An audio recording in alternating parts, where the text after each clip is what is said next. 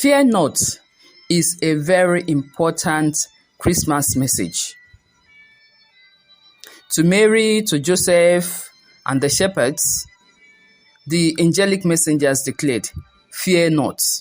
And that we can see in Luke chapter 1, verse 30, Matthew chapter 1, verse 20, Luke chapter 2, verse 10. What can we learn from their experiences? And how can we apply this message to our modern day circumstances? Well, before I go into the story of Mary, Joseph, and the shepherds as related to Christmas, I would like to mention some modern day people that have been able to overcome their fears.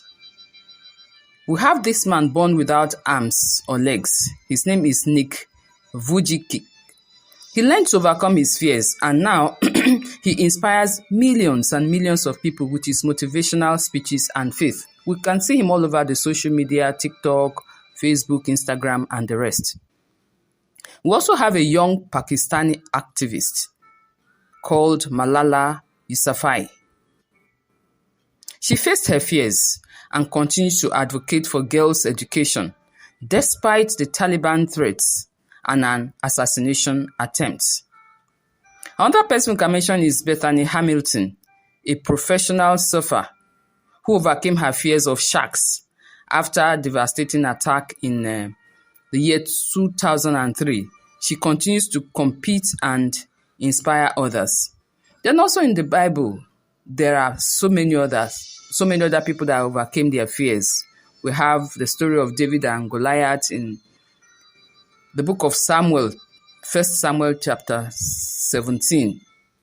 David, the young shepherd, faced his fears and trusted in God's power to defeat the giant Goliath. Same thing with Peter.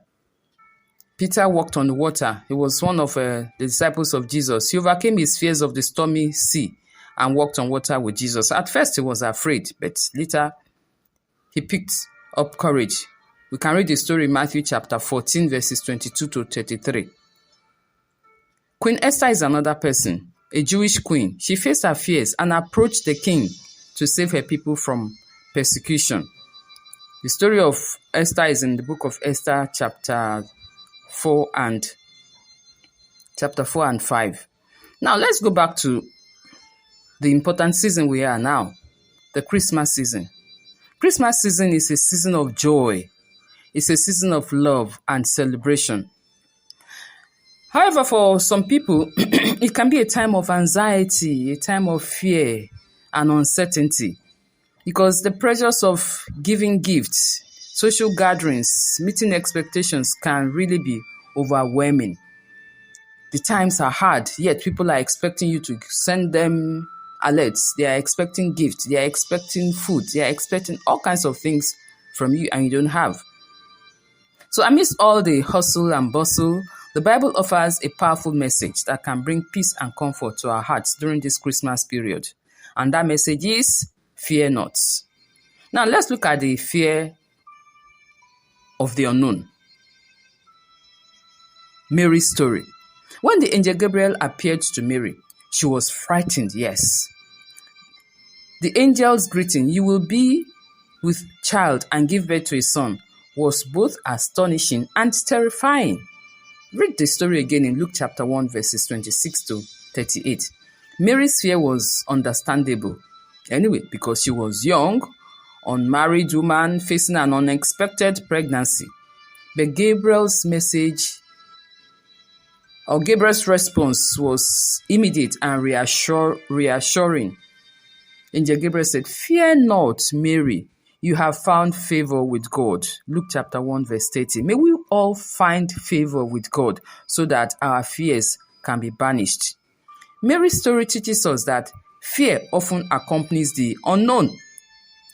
We may face unexpected challenges, uncertainties, or changes in our lives, and our natural response is to be afraid. However, Mary's example shows us that even in the midst of uncertainty, we can choose to trust in God's sovereignty and goodness. Another type of fear is fear of inadequacy, and that is in Joseph's story. Joseph, Mary's betrothed, also faced fear and uncertainty. When he discovered Mary's pregnancy, he was torn between his love for her and his sense of righteousness. Let's read that story again in Matthew chapter 1, verses 18 to 25. But an angel appeared to him in a dream, saying, Joseph, son of David, do not be afraid to take Mary home as your wife, because what is conceived in her is from the Holy Spirit. Matthew chapter 1, verse 20. Joseph's story highlights the fear of inadequacy that many of us sometimes face. We may feel overwhelmed by our responsibilities, unsure of our abilities, or uncertain about our decisions. But Joseph's example shows us that God is always with us, guiding us and empowering us to fulfill our roles and responsibilities. Now, the third type of fear is the fear of the unexpected. That is seen in the shepherd's story. The shepherds who were tending the flocks in their fields were also confronted with fear when the angels appeared to them. That story is in Luke chapter 2, verses 8 to 20. But the angel's declaration, do not be afraid. I bring you good news that will cause great joy for all the people, was a powerful antidote to their fear in Luke chapter 2, verse 10. The shepherd's story reminds us that fear often accompanies the unexpected. We may face sudden changes, surprises, or challenges that catch us off guard. But the shepherd's example shows us that even in the midst of unexpected events, we can choose to trust in God's goodness and sovereignty. Now, I want to give us some tips on how we can overcome fear in our daily circumstances. First is that we have to acknowledge our fears, recognize the fears and anxieties, and not be afraid to express them to God in prayer. Then we trust also in God's sovereignty, remembering that God is always in control, even when circumstances seem uncertain or overwhelming. We also need to learn to focus on God's presence. Instead of focusing on our fears, we should focus on God's presence in our life. We recall His promises, His faithfulness, and His love. Then we can also cultivate a spirit of gratitude by thanking God for His blessings, His provisions, and His care. When we practice gratitude, our fears will definitely reduce. You can seek support also by surrounding ourselves with people who encourage and support us. And we shouldn't be afraid, actually, to seek help when we need it. And we take care of ourselves. We prioritize self-care by getting enough rest, eating well, exercising regularly, and engaging in activities that bring us joy and relaxation. Because if not, we'll focus too much on the fear and will not be able to have any headway. Let us take for example some students who have made effort also to overcome their fear of public speaking. A shy student, for example, with the help of a supportive teacher, can gradually build control and confidence to deliver a presentation in front of the class. A single parent facing financial fears too, despite struggling to make ends meet, can find ways to budget and provide for family, trusting in their own resilience and support from family. Another example we can look at is an entrepreneur who is struggling to overcome business fears.